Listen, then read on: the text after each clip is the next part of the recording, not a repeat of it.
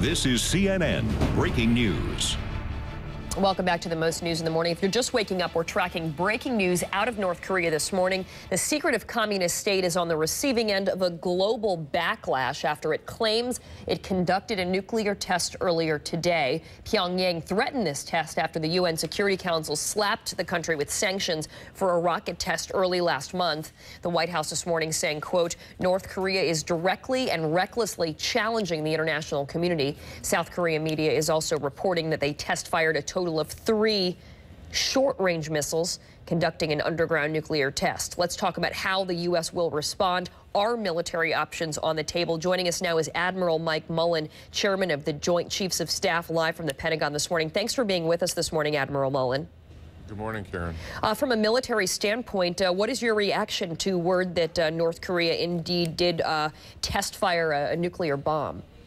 Well, we weren't surprised because of the recent statements by North Korean leadership that they intended to do this.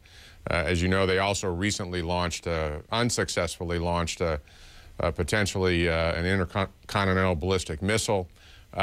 So they grow increasingly belligerent. I believe they increasingly isolate themselves from the international community.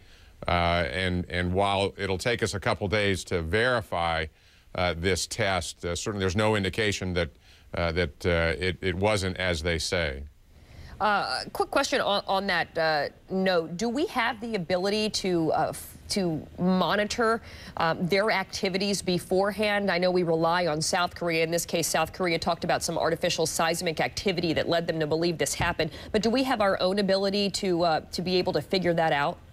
Well, I wouldn't go into any details about our overall capabilities in that regard, but we do, over a period of time, have the ability to verify whether or not this was a nuclear test. We're talking about diplomacy being, of course, the first route in this case, trying to figure out whether or not there would be more sanctions, trying to figure out if these 6-party talks are still indeed going to go forward. But can you give us any indication of what the U.S. could do to protect us if indeed this is a threat to us should diplomacy fail?